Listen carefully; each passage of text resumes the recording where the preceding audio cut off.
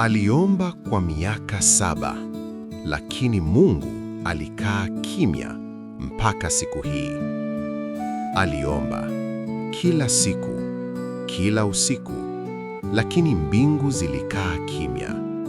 Je, Mungu huwa anasikia maombi yetu kweli? Kuna nyakati maishani unapofanya kila kitu sawa.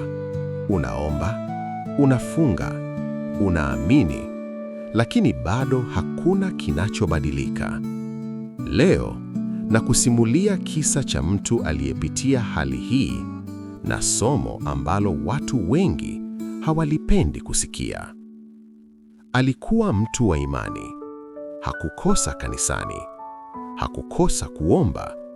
Ombi lake lilikuwa moja tu: apate majibu. Miaka ya kwanza aliomba kwa matumaini. Akaambiwa, subiri Bwana. Miaka ikapita. Miaka 2, 3, 5. Hakuna kilichobadilika. Wengine waliinuliwa, wengine walishuhudia miujiza. Yeye kimya.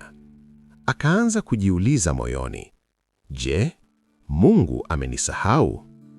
Alipoomba hakuwa tena na furaha.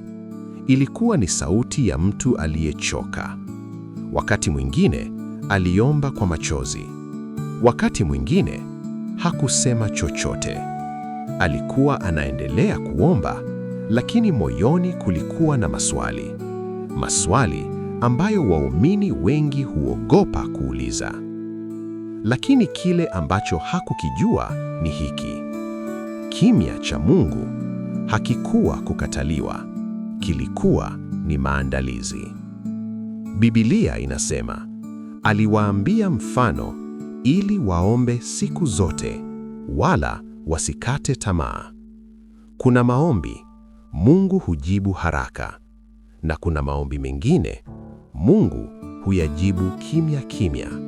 Katika Biblia, Danieli aliomba.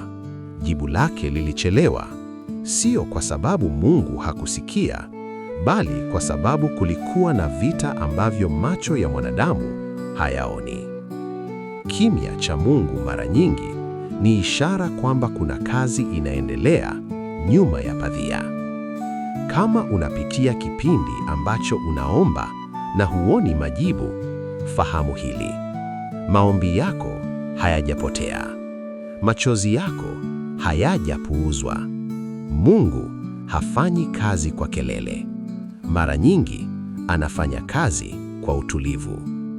Kama umewahi kuhisi Mungu amekaa kimya kwenye maisha yako, andika neno ninangojea kwenye comments.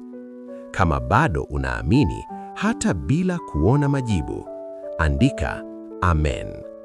Usisahau kushare simulizi hii kwa mtu anayehitaji kuisikia leo. Mungu bado yuko kazini.